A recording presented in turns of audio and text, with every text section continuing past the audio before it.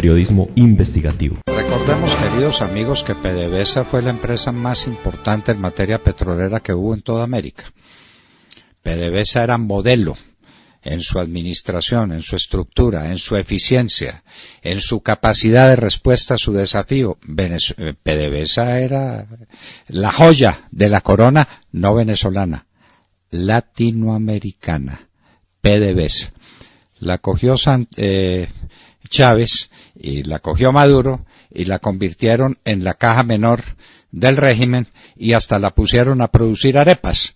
Recuerdo, no se me olvidará jamás el día en que salió Chávez a decir que ese tema de la arepa, que es fundamental o era fundamental en la dieta de los venezolanos, era tan importante que le había encargado a PDVSA la fabricación de las arepas. Y esto es el colmo. Pues la producción petrolera de Venezuela empezó a caer.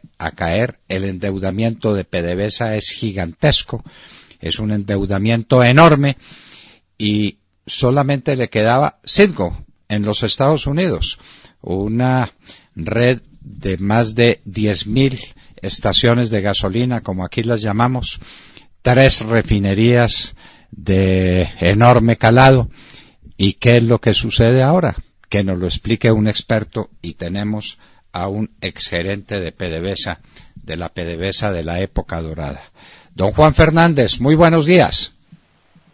Buenos días, doctor Londoño. Cuando hace usted referencia a lo que era PDVSA y lo que uno ve hoy que es Venezuela, bueno, ya se da cuenta del fracaso que significa esta supuesta revolución que llegó lamentablemente a mi país, pero bueno, así son las cosas y esperemos que salgamos de esta pesadilla, de esta noche de sombra que vive Venezuela.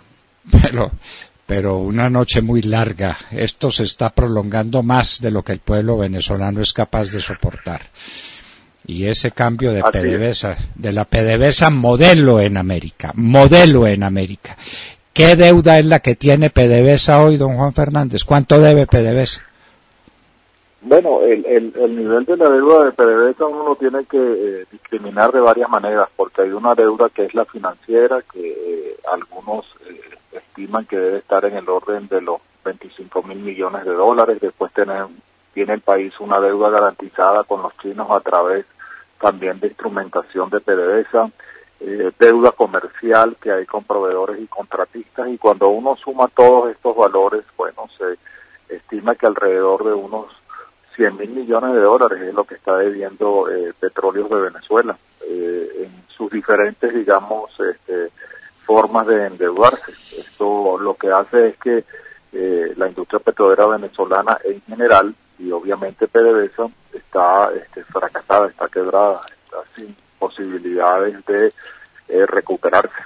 Y más ahora con esta decisión que ha habido en Delaware del juez sobre la incautación de Citgo, ¿no? Nos la quiere explicar y lo que eso significa para la caja, tanto para la economía, el tema sustancial, pero para la caja del gobierno venezolano.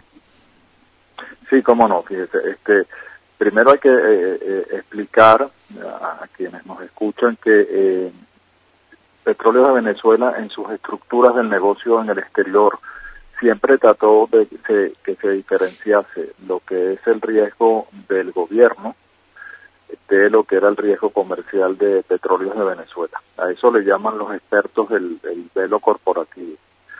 Esto significa que en el caso del negocio de Citgo, lo que se buscaba era que siempre vieran a Citgo como una empresa de refinación y de comercialización de productos en los Estados Unidos, dedicada al negocio petrolero como cualquier otra empresa, y que las decisiones de negocio de esa empresa eran precisamente derivadas de buscar la mejor opción para el tema petrolero, desligándola así del riesgo que significa, bueno, ser el propietario un Estado, ¿no? Esto con la decisión del juez se elimina, pues efectivamente dice esta sentencia, palabras más, palabras menos, que el riesgo de PDVSA es el mismo del régimen. Y esto obviamente viene por todas las acciones que desde Chávez en adelante se han venido tomando en Venezuela con aquel famoso exprópiese. Esto lo que hace es que toda la estructura de los negocios de petróleo de Venezuela en exterior, en especial el de Citgo, que es el más importante, pues se rompe, ¿no? Además de eso, uno tiene que considerar que Citgo también es una empresa que se ha endeudado fuertemente, ¿no? Y ha puesto en garantía sus acciones. De hecho, el 49% de ellas están en garantía un préstamo de la petrolera rusa Rosneft y el 51% en unos bonos que se han emitido que llaman PDVSA 2020. Entonces, la decisión del juez lo que dice es, bueno, Cristalex, como usted ha hecho un reclamo por incumplimiento de pago que ha tenido Venezuela con respecto a una decisión de expropiación de su negocio en ese país y no le pagan, bueno, yo entiendo que usted puede incautar los bienes de Citgo, lo que significa Citgo, pues es lo mismo que Venezuela. Esta decisión, entonces, como ya digo, tiene varios aspectos que podemos explicar, ¿no? El primero es, bueno, esto a los deudores que tiene Citgo también les acelera la incertidumbre. Esto en la mayoría de los documentos que establecen los papeles de endeudamiento, en este caso los bonos, dicen cuando hay una situación de impedimento de generación de la actividad de la empresa o alguna demanda de esta magnitud, que es por 1.400 millones de dólares, entonces hay que acelerarle el pago de la deuda. Esto significa que los tenedores de estos papeles pudieran exigir que se les pague y por lo tanto, como no hay dinero, pues ejercer el control. También déjeme señalarle, doctor Londoño, que el juez señala, y esto es obviamente parte de la realidad de cuando se va a juicios, que hay la posibilidad de un acuerdo extrajudicial entre Cristalex y la República para pagarle, pero todos sabemos que en Venezuela en este momento no hay dinero y además la semana pasada pues PDVSA introdujo una demanda diciendo que estaban en desacuerdo con la decisión del juez. Entonces aquí tenemos un embrollo de carácter legal, por llamarlo de alguna manera, para que entendamos que afecta a los tenedores de deuda de Citgo, afecta a los clientes y proveedores de Citgo y afecta también a las estaciones por la incertidumbre que esto genera. Como usted señalaba, Citgo es un sistema de refinación que tiene una capacidad de unos 750.000 barriles por día, son 3 refinerías, una está ubicada en Texas, en Corpus Christi, otra en Luisiana y una en Illinois, en Lemont. Esta refinería se abastece básicamente con crudo canadiense, las otras reciben crudo venezolano. Entonces, de los clientes que tiene Petróleos de Venezuela en los Estados Unidos, Citgo es el más importante. Como usted bien sabe, el crudo venezolano se paga al mejor precio cuando se vende a la costa del Golfo de los Estados Unidos. Es la mejor valoración que tiene. Se invirtió en Citgo para procesar crudo pesado venezolano, para que haya capacidad en estas refinerías de procesamiento de ese crudo que es el que más abunda en Venezuela, y por lo tanto esta decisión estaría afectando, al menos si se llegase a concretar por parte de todas estas acciones, un cambio de control y a su vez esa nueva gerencia, entre comillas, decidiese no comprar crudo venezolano, unos 400.000 barriles por día de crudo venezolano se verían afectados. Además de eso, es importante señalar que hoy Venezuela también tiene la necesidad de importar combustibles, gasolina y otros productos, entre ellos, por ejemplo, combustible de diésel, fuel oil para generación eléctrica, etcétera, que como ya vemos todo eso está deficitario en Venezuela y que son del periodo de enero-mayo 125.000 barriles por día que se han venido comprando. y mucho de eso se compra con la garantía de Citgo como pagador, puesto que PDVSA, como acabamos de hablar, no tiene capacidad de crédito. Entonces, todo esto pone al país en una situación de aceleramiento del colapso, a mi modo de ver, y muy complicada para la situación de Venezuela. Todos los entes financieros, incluyendo algunos que son amigos y trabajan pues con cercanos al régimen chavista, reconocen que Citgo está perdida por esta situación que está pasando por el expropiese famoso de la soberbia de Chávez cuando vivía. Bueno, don Juan Fernández, pero entonces el panorama que usted presenta es sencillamente desolador. Esto sí es el puntillazo para una economía que apenas sobrevive. Y si no va a tener liquidez siquiera para importar la gasolina que necesita y el fuel oil y todos los demás derivados que está importando, y si no va a tener manera de garantizar algunas operaciones internacionales y va a perder el flujo de fondos, el único que tiene disponible, que es el de las exportaciones a los Estados Unidos, lo que uno se pregunta, don Juan, es que ¿qué queda de Venezuela después de esto? Bueno, fíjense, la verdad que el tema, usted lo ha resumido muy bien. En estos días ha habido un análisis muy bien hecho, por cierto, del Departamento de Energía de los Estados Unidos, que señala que la producción en Venezuela sigue cayendo. De hecho, la OPEP ha dicho que en su data, dada por fuentes independientes, que la producción de Venezuela ha caído a 1.23 millones de barriles por día. O sea, ha perdido más desde que se firmó el acuerdo de recorte de suministro de 700.000 barriles por día, y el Departamento de Energía señala que esta tendencia es irreversible, como les gusta decir a la gente de la supuesta revolución, y podría llegar a caer por debajo de los 700.000 barriles por día. Es más, esto podría implicar en un escenario de desastre que Colombia, que no tiene tradición petrolera como Venezuela, estaría en capacidad de producir más que Venezuela. Esto es insólito lo que estamos se está viviendo. Increíble, don Entonces, Juan. Sí. ¿Cuánto producía? Sí, diga, tranquilo. No, lo que quería decirle es que la situación es tan dramática y por eso este anuncio de Maduro y su banda de este famoso control de la gasolina, porque en este momento ya no tienen ni capacidad, esa tarjeta de almacenamiento electrónica que llamo yo del carnet de la patria, pues ya no hay ni capacidad por ese diferencial de precios tan grande y por esa situación irreal del miedo que le tiene Maduro hasta la gente proteste por el aumento del precio del combustible. O sea que esto va efectivamente un colapso. Pero dígame, disculpe. No, es que tenía una curiosidad. ¿Cuál era la producción petrolera de Venezuela cuando usted era el gerente de PDVSA? No, cuando yo estaba en Petróleo de Venezuela, nosotros estábamos produciendo 3.3 millones de barriles de petróleo por día. Se han perdido 2.100.000 barriles de capacidad.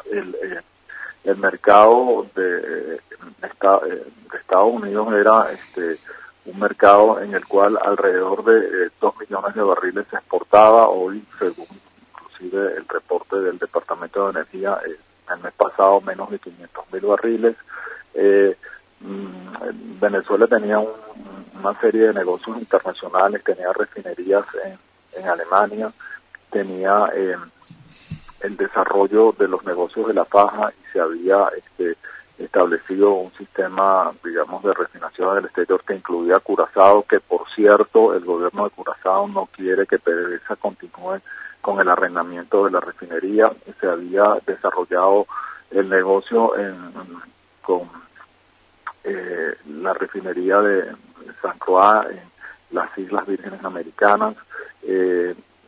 Los negocios de Citgo, este régimen, por cierto, los ha venido poco a poco minimizando. Citgo, además de lo que es el sistema de refinación, tenía una alta participación en poliductos, en negocios de asfalto, puesto que el crudo venezolano, hay uno que se llama de tipo Boscan, que es muy bueno para la producción de asfalto, y eso era una unidad de negocio bien importante en Citgo. También tiene una unidad de disposición de coque, de carbón, de los procesamientos del crudo extrapesado, y otra serie de negocios.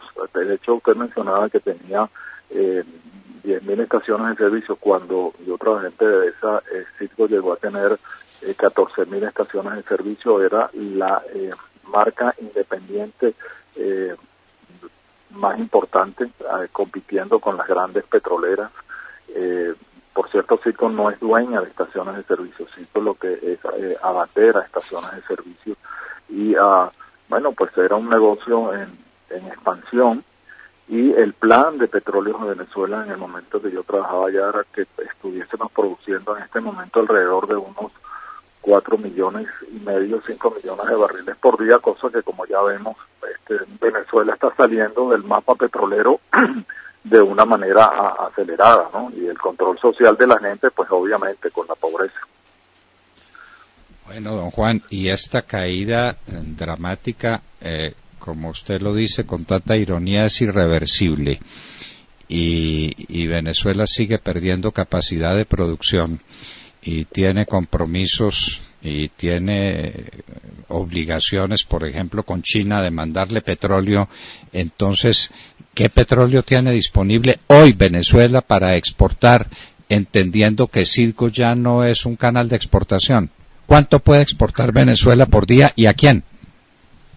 Bueno, fíjese, si uno sacase la cuenta de simple, pues digamos, asumiendo que hay una producción de 1.200.000 barriles por día, que el mercado interno consume unos 400.000 barriles, en una cifra conservadora, eso nos daría unos 800.000 barriles de disposición. Recordemos que este régimen, el suministro para sus amigos en La Habana, eso es algo que ellos no paran de ninguna manera, y ahí se podrían estar hablando de unos 150.000 barriles por día. Luego tenemos otros 250.000 barriles por día, que es el petróleo que se usa para pagar la deuda. Entonces, si yo deduzco, pues estos volúmenes, me quedan 400.000 barriles que tendrá Venezuela ahora que buscar en dónde los vende.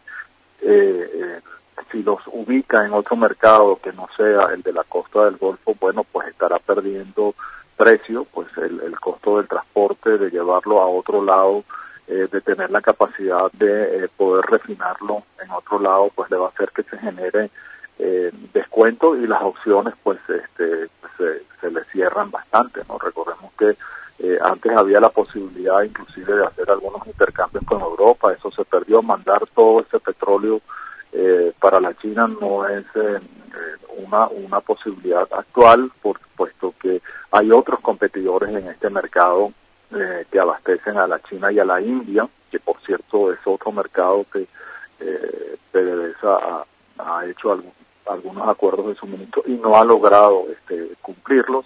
Entonces tenemos una situación todavía peor si la producción petrolera llegase a caer, como dice el Departamento de Energía de los Estados Unidos, a unos 700.000 barriles. Así sí es verdad que no hay capacidad de considerar a Venezuela como un país exportador de petróleo. ¡Qué horror! Don Juan, el mundo necesita conocer esta verdad. Esto no se le puede ocultar a nadie. Esto no puede quedar en que los drones y en que los no drones y en que la revolución. No, se robaron a Venezuela, la destruyeron, la aniquilaron. Venezuela debiera estar produciendo hoy 4,5 millones de barriles y está produciendo 1.300.000 o 200.000, pero por muy corto tiempo, porque va para 600 o 700. Y eso es el resultado del exprópiese y el resultado de la dictadura y de la ineficiencia y de quién sabe cuántos negociados más que se hicieron alrededor de PDVSA. Don Juan Fernández, usted no sabe cuánto nos duele contar esto, pero la verdad hay que contarla. El mundo tiene que saber qué hicieron con Venezuela estos tiranos que hoy la siguen destruyendo. Y ya uno se pregunta, pero ¿para dónde más? ¿Para dónde más? Hoy veíamos una unas fotografías, unas publicaciones desde Venezuela de gente, lo que ya sabíamos que era, pero una cosa pues es saberlo y otra cosa es repetirlo, que se lo muestren a uno, la gente buscando comida en la basura. No, eso no puede ser, eso no puede suceder con el país más rico de América, que es Venezuela. Una partida de bandidos, un tirano, seguido con unos cómplices suyos, destruyeron a Venezuela y pusieron a la gente a buscar comida en la basura, y a los niños de Venezuela no les llega nutrición suficiente y hay peligro inminente del retardo mental para todas esas criaturas. Don Juan, el mundo tiene que conocer esto, y esto no puede durar más. Ha durado mucho tiempo más de lo que uno hubiera podido pensar que durara. Pero tal vez la condescendencia del mundo, los Rodríguez Zapatero y el Papa en su momento, y los que han parado este proceso irreversible, ese sí, de destrucción de un régimen tiránico para que Venezuela reasuma su destino a través de una democracia que funcione. Don Juan Fernández. No, totalmente de acuerdo con usted, doctor Londoño. Totalmente de acuerdo. Pues don Juan Fernández, de nuevo, mil gracias por decirle al mundo por conducto nuestro lo que se ha hecho con Venezuela, que es un crimen imperdonable. Muchísimas gracias por acompañarnos, don Juan. Muchas gracias a usted, doctor Londoño, y siempre a la orden, y muy agradecido por estos minutos para compartirlos con usted y la gente que lo escucha, que sé que es mucha en todos lados. Muchísimas gracias, don Juan. Sí, afortunadamente nos oyen en todos los lugares del mundo, para que se sepa lo que han hecho con Venezuela, con el país más rico de América. La gente buscando comida entre la basura en las calles, los niños muriéndose de hambre y sufriendo retraso mental porque físicamente no hay comida. Y ahora, después de la incautación de Citgo, como la llaman en los Estados Unidos, ahora sí es el acabose. El acabose. Venezuela, contada en sus fenómenos más lacerantes y más duros por alguien que fue el gerente de PDVSA cuando PDVSA producía, óiganlo bien, 3.300.000 barriles por día, y hoy está produciendo todo Venezuela 1.300.000. ¿Cuánto es 2 millones de barriles? Imagínese usted lo que eso significa. Multipliquen por $70 el barril y tienen la respuesta. Juan Fernández es gerente de PDVSA, Petróleos de Venezuela, la que fue la empresa señera, la empresa por imitar en toda América, estaba con nosotros en la hora de la verdad.